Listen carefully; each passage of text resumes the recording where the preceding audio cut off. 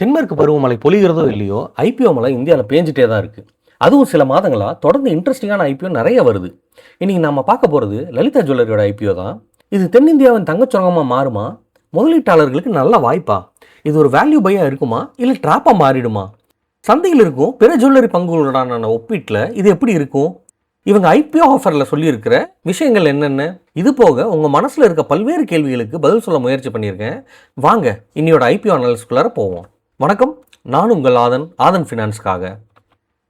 Lalitha jewellery இந்த IPO மூலமாக 1700 கோடி திரட்ட முயல்கிறாங்க. இந்த 1700 கோடி இஷ்யூவில் 1200 கோடி வந்து ஃப்ரெஷ் இஷ்யூ, 500 கோடி வந்து ஆஃபர் ஃபார் சேல். ப்ரமோட்டர் அவங்களோட ஸ்டேக்கை விற்கிறாங்க. ஆகஸ்ட் 17 முதல் 19 வரைக்கும் இந்த ஐபிஓ ஓப்பனாக இருக்கும்.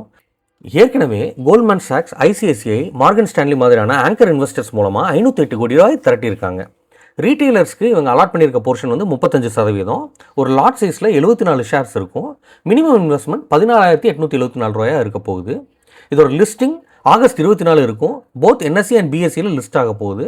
லிஸ்டிங் அப்போ மார்க்கெட் கேப் வந்து 11,250 கோடியாக இருக்கும்னு எதிர்பார்க்கப்படுது.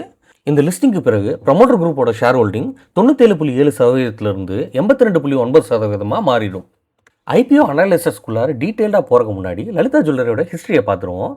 1985 தான் இந்த நிறுவனத்தை ஆரம்பிக்கிறாங்க. 2003 தான் இப்போதைய நிறுவனரான கிரண்குமார் இந்த நிறுவனத்தை வாங்குறாரு. இதை பற்றி திரு கிரண்குமார் அவர்கள் ஒரு பேட்டியில் சொல்லியிருப்பார். அவர் நகையை உற்பத்தி பண்ணி பல்வேறு கடைகளுக்கு சப்ளை பண்ணிட்டு இருந்தார். அதில் ஒரு நிறுவனம் தான் இந்த லலிதா ஜுவல்லரி நிறுவனம். ஒரு பாயிண்ட்டுக்கு அப்புறம் அந்த நிறுவனத்தோட ஓனர் வந்துட்டு இதை விற்கலான்னு முடிவு பண்ணும்போது கிரண்குமார் அவர்கள்ட்டே ஆஃபர் பண்ணுறாங்க. கிரண்குமார் அவர்களும் வாங்கிட்டார். இது வாங்கினதுக்கப்புறம் பல்வேறு கடைகளுக்கு சப்ளை பண்ணுறதை நிறுத்திட்டார். ஆர்டர்ஸும் குறைஞ்சிருச்சு. ஏன்னா அவருமே இந்த போட்டியில் இறங்கிட்டதுனால மற்ற ஜுவல்லர்ஸ் எல்லாருமே ஆர்டர் கொடுக்குறது நிறுத்திட்டாங்க. அதுக்கப்புறம் முழு மூச்சாக இந்த பிஸ்னஸில் இந்த பிராண்டுக்கு மட்டுமே உழைச்சிட்ருக்காரு. இதையே இப்போ சொல்கிறேன்னா பின்னால் இதுவே அவருக்கு ஒரு டாக்டிக்கலான அட்வான்டேஜாக மாறுது. அதை பற்றின டீட்டெயிலான விஷயம் இந்த வீடியோவில் பின்னாடி சொல்கிறேன், தொடர்ந்து பாருங்கள். 2007 தான் இவங்களோட 2வது ஸ்டோரை மதுரையில் ஆரம்பிக்கிறாங்க. சென்னைக்கு வெளியில் ஆரம்பிக்கப்பட்ட முதல் ஸ்டோர் இதுதான். 2012 1000 கோடிக்கான ரெவன்யூ அச்சீவ் பண்ணுறாங்க. 2013 பாண்டிச்சேரியில் இவங்களோட ஸ்டோரை ஓப்பன் பண்ணுறாங்க. 2016 முதல் முறையாக ஒரு மேசிவான ஸ்டோர் 10,755 ஸ்கொயர் ஃபீட் உடைய ஸ்டோரை ஹைதராபாத்தில் தொடங்குறாங்க. 2018 7,500 கோடியை ரெவன்யூ அச்சீவ் பண்ணுறாங்க. 2023 ப்ரைவேட் லிமிடெட் கம்பெனியாக இருந்ததை பப்ளிக் லிமிடெட் கம்பெனியாக மாற்றுறாங்க. அதே வருஷம் 10,000 கோடி ரெவன்யூவை அச்சீவ் பண்ணுறாங்க. மிகப்பெரிய மைல் ஸ்டோன் அது. 2024 இன்னொரு மைல் ஸ்டோன் இயர். அந்த வருஷம் தான் இவங்க மொத்த ஸ்டோர் எண்ணிக்கை 50 தாண்டுது. அதுக்கப்புறம் காஞ்சிபுரத்தில் இவங்களோட இன்னொரு ஃபேக்ட்ரியை ஆரம்பிக்கிறாங்க. அதே வருஷம் அசிதா ஜுவல்லரியை இவங்க அக்வயர் பண்ணுறாங்க. அந்த நிறுவனம் இவங்களோட ஹோலி ஓன் சப்சிடரி. இதுக்கு பிறகு 2026 ஐபிஓ லான்ச் பண்ணியிருக்காங்க. இந்த ஐபிஓ மூலமாக திரட்டப்படுற 1,200 கோடி ரூபா நிதியில் 1033 கோடியை இவங்க புதுசாக துவங்க இருக்கிற 10 ஷோரூம்களுக்கு உண்டான செட்டப் காஸ்ட் மற்றும் இன்வென்ட்ரி, அதாவது கடையில் துவக்கத்தில் வைக்க போகிற நகைகளுக்கு செலவிட போகிறாங்க. இந்த கடைகள் அமைய போகிற நகரங்களை ஏற்கனவே தேர்ந்தெடுத்துட்டாங்க. 2028க்குள்ளார துவங்கிடுறதுக்கும் திட்டம் போட்டிருக்காங்க. இதில் முக்கியமாக நம்ம கவனிக்க வேண்டியது, இந்த நிதியிலிருந்து இவங்க கடன் எதையுமே அடைக்க போகிறது இல்லை, மாறா பிஸ்னஸ் விரிவாக்கத்துக்கு தான் பயன்படுத்த போகிறாங்க. லலிதா ஜுவல்லரி அவங்க ஷோரூம்ஸை தென்னிந்தியாவில் மட்டுமே அமைச்சிட்டு வராங்க.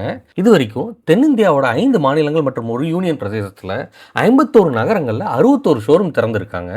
ஆந்திராவில் 23, தமிழ்நாட்டில் 20, தெலுங்கானாவில் 10, கர்நாடகாவில் 7, புதுச்சேரியில் 1. இந்த 61 ஷோரூமில் 3 மட்டும்தான் இவங்களோட சொந்த பில்டிங். மற்ற 58மே வந்து பார்த்திங்கன்னா லீஸ் ஆஃப் மெத்தடில் ஆப்ரேட் பண்ணிட்டு வராங்க. இதன் மூலமாக இவங்க கேபிட்டலை நிலத்திலேயோ பில்டிங்லேயோ தேக்கி வைக்கல, எல்லாத்தையுமே பிஸ்னஸில் தான் போட்டுட்ருக்காங்க. மற்றது எல்லாமே வாடகை மூலமாக மேனேஜ் பண்ணிட்டு வராங்க. இவங்களோட ஸ்டோர் லொக்கேஷன் மற்றும் ஃபார்மேட் ஸ்ட்ராட்டஜியை பார்த்தோம்னா ரொம்ப கிளவரான ஒரு ஸ்ட்ராட்டஜியை ஃபாலோ பண்ணியிருக்காங்க.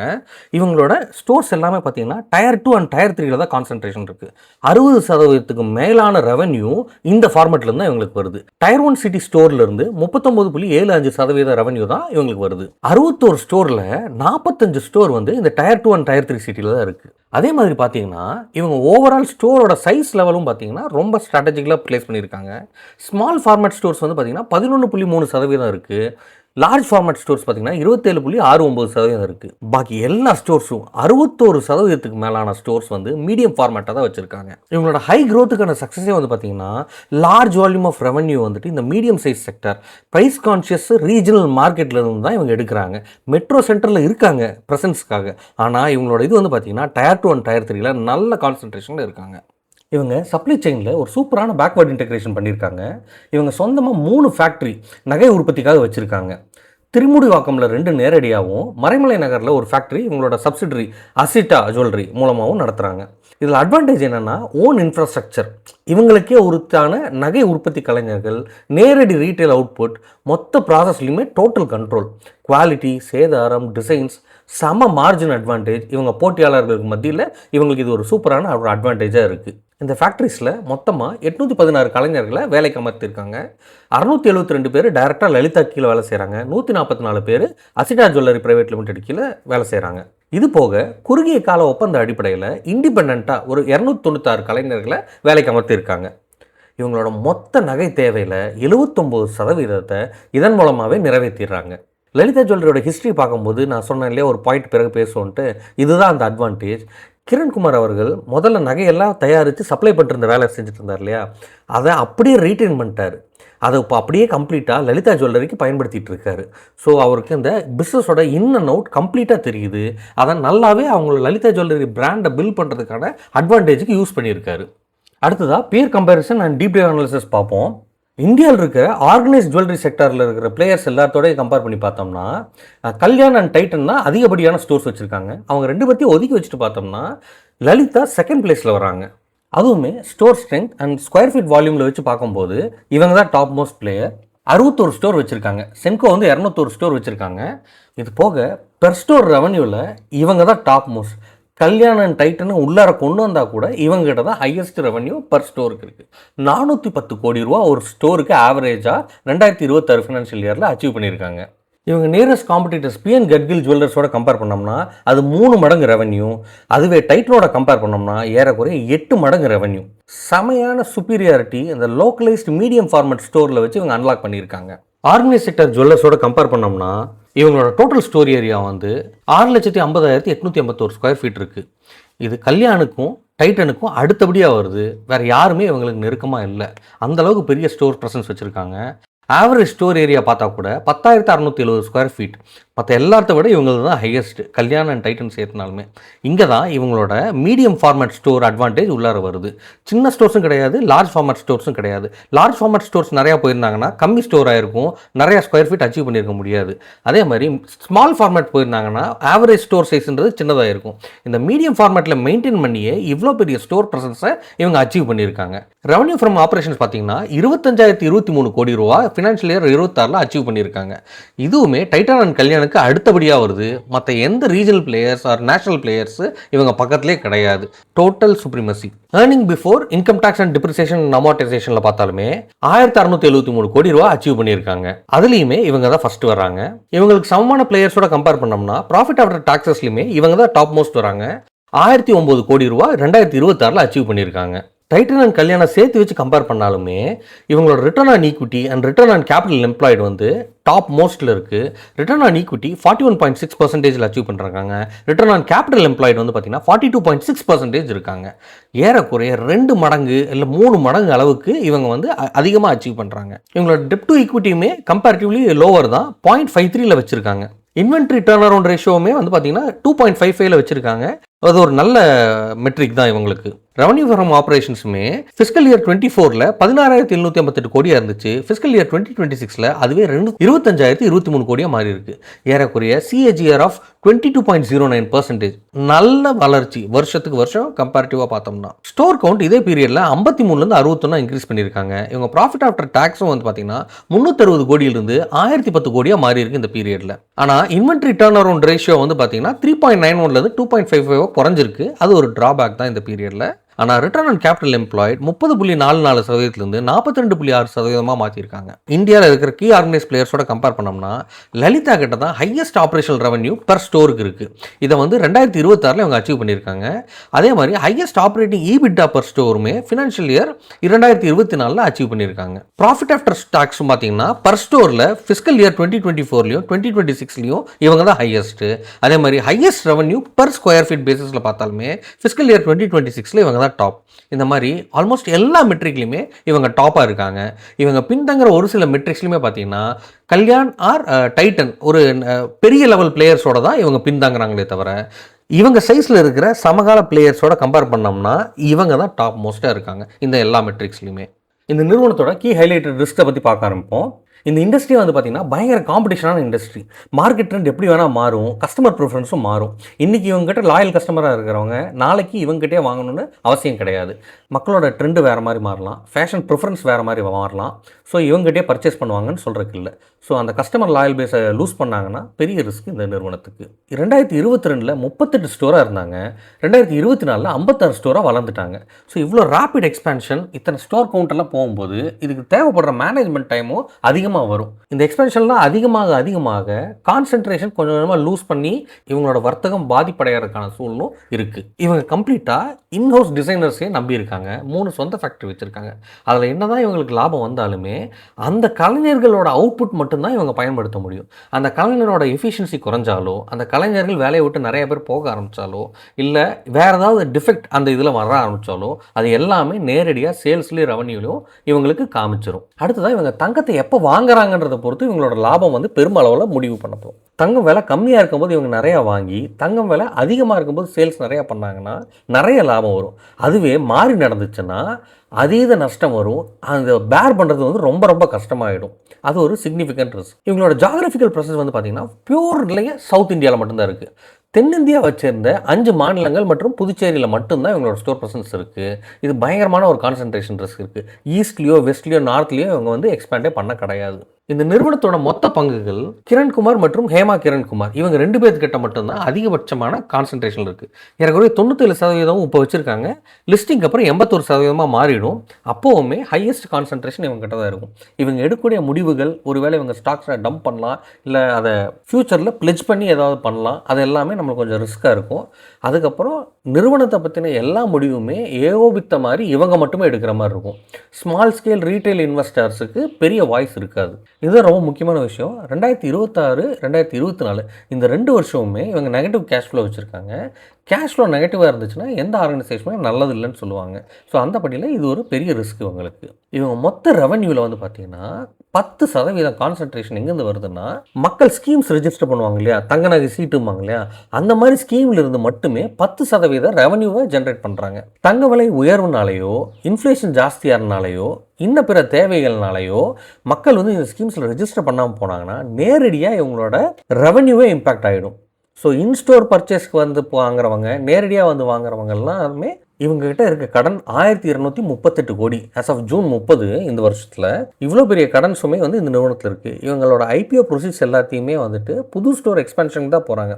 அது ஒரு கான்ஃபிடென்ட்டான போல்டான ஸ்டெப்பாக இருந்தாலுமே கடனை அடைக்காமல் இருக்கிறது எப்போவுமே அதுக்கு வந்து தலைக்கு மேலே இருக்க கத்தியாக இருக்கும். இதுவுமே அவங்களுக்கு ஒரு பெரிய ரிஸ்க். இன்னும் பெரிய ரிஸ்க்கும் இந்த நிறுவனத்து மேலே இருக்குது. நிறுவனத்து மேலேயும் நிறுவனத்தோட ப்ரொமோட்டர் மேலேயுமே நிறையா கேஸ் இருக்குது. அந்த கேஸ் மூலமாக கம்பெனிக்கு வரக்கூடிய பாதிப்புகள்னு பார்த்தீங்கன்னா 600 கோடி ரூபா வரைக்கும் இருக்கலாம்னு சொல்கிறாங்க. இவங்க மேலே பெண்டிங் ஜிஎஸ்டி டிஸ்பியூட் இருக்குது. ஒரு 1066 கோடி ரூபாய்க்கு ஜிஎஸ்டி நோட்டீஸ் இருக்குது இவங்க மேலே. அது கேஸ் போயிட்டுருக்கு. ஆனால் அந்த 1066 கோடிக்கு இவங்க எந்த ப்ரொவிஷனுமே எடுத்துக்க கிடையாது. ரொம்ப கான்ஃபிடென்ட்டாக இருக்குது நிறுவனம், தீர்ப்பு இவங்களுக்கு தான் சாதகமாக வரும்ன்ட்டு. அதனாலே அந்த ப்ரொவிஷன் எடுத்துக்க கிடையாது. ஒருவேளை மாறி வந்துச்சுன்னா இந்த 1066 கோடி வந்துட்டு பெரிய லயபிலிட்டியாக மாறுறதுக்கான வாய்ப்பு இருக்குது. நம்ம எல்லாருமே லலிதா ஜுவல்லரியோட ஆடில் கவனிச்சிருப்போம். அதோட ப்ரொமோட்டர் கிரண்குமார் அவர்கள் வந்து அவங்க பிராண்டை ப்ரொமோட் பண்ணுவார். 2024 அந்த ப்ரொமோஷன் ஆக்டிவிட்டிக்கு மட்டும் நிறுவனத்திலிருந்து 50 கோடி ரூபா வெகுமதியாக வாங்கியிருக்காரு. இவர் தான் அதிகமான ஷேர் வச்சிருக்க ப்ரொமோட்டர். இவர் எடுக்கிற டெசிஷன் தான் எல்லாமே செயல்படும். அப்படி இருக்கிற பட்சத்தில் ரெம்யூனரேஷனுமே இவர் தான் ஏகோபித்த முறையில் அனௌன்ஸ் பண்ணிப்பார். ஸோ இது வந்து ஃப்யூச்சரில் நடக்காதுன்னு சொல்ல முடியாது. ஸோ அந்த மாதிரி இருக்கிறது வந்து ஒரு ரெவன்யூ ட்ரெயினாக இருக்கலாம், கம்பெனியோட பெஸ்ட் இன்ட்ரெஸ்ட்டில் இல்லாமல் இருக்கலாம். இவங்ககிட்ட இருக்க தங்க நகைகளுக்கோ தங்க ஸ்டாக்குக்கோ ஹெட்ஜிங்கே பண்ணுறது கிடையாது. ஒரு சில நகை ஜுவல்லரி வச்சுருக்கிறவங்க வந்து பார்த்திங்கன்னா அவங்க வச்சுருக்க ஸ்டாக்ஸ் எல்லாத்துக்குமே ஹெட்ஜிங் பண்ணுவாங்க. விலை அதிகபட்சமாக வீழ்ந்தாலோ அதிகபட்சமாக உயர்ந்தாலோ அந்த பாதிப்புலேருந்து அட்லீஸ்ட் ஷார்ட் டேர்முக்கு அவங்கள அதை ப்ரொடெக்ட் பண்ணும். ஆனால் லலிதாவில் அந்த ஹெட்ஜிங் எதுவுமே பண்ணுறது கிடையாது. அது ஒரு பெரிய ரிஸ்க்காக இருக்குது. இவங்க கம்பெனியில் ரொம்ப ஹையான அட்ரிஷன் ரேட் இருக்குது. எம்ப்ளாயிஸ் நிறைய பேர் வந்துட்டு வேலையை விட்டு போகிறாங்க. ஸோ டேலண்ட் ரிட்டன்ஷன்றது ஒரு பெரிய சேலஞ்சாக ஃப்யூச்சரில் வர்றதுக்கான வாய்ப்பு இருக்குது. லலிதா ஜுவல்லரியோட ப்ரொமோட்டர் வந்துட்டு ஏகே எக்ஸ்போர்ட்ஸ்னு ஒரு நிறுவனத்தை வச்சிருக்காரு. வச்சிருக்காரு. அது ஃபுல்லி ஓன்டு பை ஹிம். அந்த நிறுவனத்துக்கிட்ட ரிலேட்டட் பார்ட்டி டிரான்சாக்ஷன்ஸ் நிறையா பண்ணுறாங்க. அவங்ககிட்ட இருந்து ஜெம்ஸ் வாங்குறதாகட்டும், இவங்க செஞ்சு முடிச்ச நகைகளை அவங்ககிட்ட விற்பனைக்கு கொடுக்கறதாகட்டும், எல்லாமே ரிலேட்டட் பார்ட்டி டிரான்சாக்ஷன் சொல்லுவாங்க. அந்த நிறுவனத்தோட மொத்த ப்ரொப்ரைட்டர் வந்துட்டு மிஸ்டர் கிரண்குமாரா இருக்கும் பட்சத்தில் அவர் எடுக்கக்கூடிய முடிவுகள் வந்துட்டு லலிதா ஜுவல்லரியோட லலிதா ஜுவல்லரியோட நலன் சார்ந்து மட்டுமே இருக்குன்றதுக்கு எந்த கேரண்டியும் கிடையாதுன்றது ஒரு ஓப்பன் ரிஸ்க். லலிதா ஜுவல்லரியோட அட்வான்டேஜஸ், ரிஸ்க் எல்லாமே பார்த்தோம். ஒரு ஃபைனல் சம்மரியாக பார்த்தோம்னா இவங்களோட மெயின் டாமினன்ஸ் வந்து பார்த்திங்கன்னா ரெவன்யூ ஜென்ரேஷன். ஒரு ஸ்டோருக்கு 410 கோடி ரூபா ஜென்ரேட் பண்ணுறாங்க ரெவன்யூ. ஏறக்குறைய 79% மேலான நகைகளை இன்ஹவுஸாக இவங்களே ப்ரிப்பேர் பண்ணுறாங்க. அது ஒரு பயங்கரமான regional mode, manufacturing mode, revenue மோட்டுமே இவங்களுக்கு அதிகமாக இருக்குது. ஸோ அந்த வகையில் பார்க்கும்போது அது ஒரு மிகப்பெரிய அட்வான்டேஜ் இந்த நிறுவனத்துக்கு. Exceptional return on capital employed வந்து 42.6, ரிட்டர்ன் ஆன் ஈக்விட்டி வந்து பார்த்திங்கன்னா 41.6. செக்டர்லேயே இவங்க தான் கேபிட்டலில் பெஸ்ட் எஃபிஷியண்ட்டாக யூஸ் பண்ணுறாங்க. ஆனால் அதில் ஒரு கேட்ச் இருக்குது. இவங்க வந்து மக்கள்கிட்டேருந்து வாங்குற அந்த ஸ்கீமுக்கான பணம் இருக்கு இல்லையா, அதை வந்து இந்த கேபிட்டல் எம்ப்ளாய்டில் அந்த கால்குலேஷனில் கொண்டு வரதில்லை. அதனால் கொஞ்சம் ஸ்லைட்டாக இது வந்து இன்க்ரீஸ் ஆகிருக்குன்னு பார்த்தாலுமே, அது இல்லாமல் பார்த்தாலுமே இவங்க சைஸில் இருக்க பிளேயர்ஸோட கம்பேர் பண்ணோம்னா இவங்களோட ரெவன்யூ அண்ட் கேபிட்டல் எம்ப்ளாய்டு ஆகட்டும், இவங்க ப்ராஃபிட் ஆஃப்டர் டாக்ஸஸ் ஆகட்டும் பயங்கர எஃபிஷியன்ட். இவங்க பர் ஸ்டோருக்கு ஜென்ரேட் பண்ணுற ரெவன்யூ யாராலையுமே அதை அச்சீவ் பண்ண முடியலை இது வரைக்கும். இது எல்லாத்த விட இவங்களோட வேல்யூவேஷன் இருக்கு இல்லைங்களா, 11.14 பிஇயில் தராங்க. இருக்கிறதுலையே மினிமலிஸ்டான பிஇ இவங்களுக்கு தான். கம்பேரிசனுக்கு கல்யாணோட எடுத்துக்கிட்டோம்னா 46x இருக்குது பிஇ, டைட்டனோட பார்த்தோம்னா 85x இருக்குது. இன்னும் பிற பிளேயர்ஸோட கம்பேர் பண்ணாலுமே வேல்யூவேஷன் பயங்கர சீப்பாக இருக்குது. இது பயங்கர அட்வான்டேஜாக இருந்தாலுமே லைட்டாக ஒரு டவுட் இருக்குது. இது வந்து ரொம்ப அக்யூரேட்டாக கால்குலேட் பண்ணியிருக்காங்களா, இல்லை இதில் வேறு ஏதாவது கேம் இருக்கா அப்படின்ட்டு ஒரு சந்தேகம் இல்லாமல் இல்லை. But again number states excellent valuation. Lalitha ஜுவல்லர்ஸோட கான்சன்ட்ரேஷன் டார்கெட் வந்து பார்த்தீங்கன்னா mass market, mass products, value conscious கஸ்டமராக இருக்கிறவங்க, முக்கியமாக வந்து காம்படிட்டிவ் ப்ரைஸிங்க்கு எதிர்பார்க்குறவங்க கிட்டையும், ஹை பியூரிட்டி கோல்டு, இந்த ஃபேஷன் ஜுவல்லரியில் இல்லாமல் நகைன்னு வந்துட்டா நல்ல தரத்தில் இருக்கணும், நல்ல பியூரிட்டியில் இருக்கணும் அப்படின்னு நினைக்கிறவங்களுக்கு டார்கெட் பண்ணி விற்கிறாங்க. இவங்களோட பிரைமரி ஆப்ரேஷன் வந்து சவுத் இந்தியாவில் தான் இருக்குது. சவுத் இந்தியா மொத்த இந்தியாவோட ஜெம்ஸ் அண்ட் ஜுவல்லரி பிஸ்னஸில் 40% ஆக்குபை பண்ணுற ரீஜன். அந்த ரீஜனில் இவ்வளோ பெரிய ஸ்ட்ராங் பிளேயராக இருக்கிறதே இவங்களோட ரெவன்யூ அண்ட் ப்ராஃபிட்டபிலிட்டிக்கு ஒரு ஸ்ட்ராங் ஹோல்டாக இருக்குது. இவங்க கிட்ட ஹையஸ்ட் அட்வான்டேஜ் பார்த்தீங்கன்னா பேட் மார்ஜின் வந்து பார்த்தீங்கன்னா 4.04 மேலே இருக்குது. இன்வென்ட்ரி டர்ன் அரவுண்ட் ரேஷியோ வந்து 2.55 ஹெல்த்தியாக இருக்குது. ஆப்ரேஷனல் கேஷ் ஃப்ளோ நெகட்டிவாக இருக்குன்னு பார்த்தோம். ஆனால் அது ஒரு ஸ்ட்ரக்சரல் டெபிசிட்லாம் கிடையாது. அது டெலிபரேட்டாக நிறையா நகைகளை வாங்கி வச்சுக்கிறதுலையும் நிறைய இன்வென்ட்ரி மெயின்டைன் பண்ணுறதுலையுமே அதை செலவிடுறாங்க. அதே சமயத்தில் ரேபிட் க்ரோத்து அண்ட் எக்ஸ்பான்ஷனும் பண்ணுறாங்க. ஸோ அதனாலேயே இந்த நெகட்டிவ் கேஷ் ஃப்ளோ வந்திருக்கலாம் அப்படின்ட்டு ஒரு கன்சிடரேஷனோட எவாலுவேட் பண்ணலாம். லலிதா இன்வெஸ்டருக்கு ஒரு ரேரான ஒரு ஆப்பர்ச்சுனிட்டி தராங்க. ரொம்ப சீப்பான வேல்யூவேஷனில் பயங்கரமான ஒரு வேல்யூ ப்ரொபோசிஷன் ஆஃபர் பண்ணுறாங்க. இது இப்படியே நிலைக்குமா, இது இப்படியே தொடர்ந்ததுன்னா அட்டகாசமான பை. ஆனால் இவங்களால இந்த க்ரோத் ஸ்டோரி அண்ட் வேல்யூ ஸ்டோரியை கன்டினியூ பண்ண முடியுமா, அதுதான் கேள்வி. இந்த சம்மரி பார்த்துட்டு நீங்கள் என்ன நினைக்கிறீங்க? லலிதா ஜுவல்லரி ஐபிஓவில் அப்ளை பண்ண போகிறீங்களா? கமெண்ட்டில் சொல்லுங்கள் உங்கள் பதிலை.